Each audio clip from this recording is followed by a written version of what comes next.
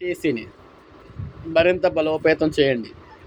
మంత్రి పొన్నం ప్రభాకర్. సో మనం చూసుకుంటే ఉద్యోగులు ఆర్టీసీని మరింత బలోపేతం చేయాలని రవాణా శాఖ మంత్రి పొన్నం ప్రభాకర్ సూచించారు.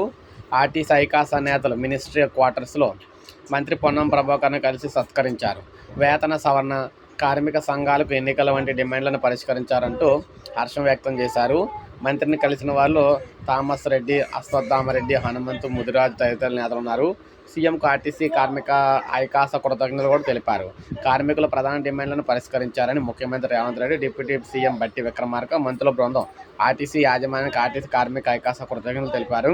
ఆర్టీసీ ఉద్యోగులను ప్రభుత్వంలో విలీనం చేయడానికి విధి విధానాలను రూపొందించేందుకు సర్కార్ అంగీకరించింది.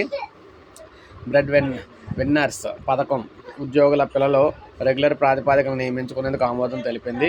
ఎలక్ట్రిక్ బస్సుల పేరుతో గ్రేటర్ హైదరాబాద్ జోన్ నుంచి ఉద్యోగులను ఇతర జోన్లకు బదిలీ చేసే ఆర్డర్లను యాజమాన్యం ఉపసంహరించుకుంది.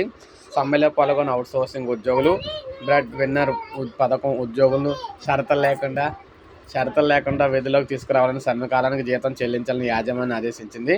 సంస్థలో యూనియన్ను అనుమతించి గుర్తింపు సంఘం ఎన్నికల నిర్వహణ కూడా అంగీకరించింది అని వారైతే సీఎంకు మనకి రవాణా శాఖ మంత్రి గారికి కృతజ్ఞతలు అయితే తెలిపారనమాట. సో ఇది మనకు అప్డేట్. ఒక లైక్ చేయండి, సబ్స్క్రైబ్ చేసుకోండి, మన ఛానల్ సబ్స్క్రైబ్ చేసుకోండి.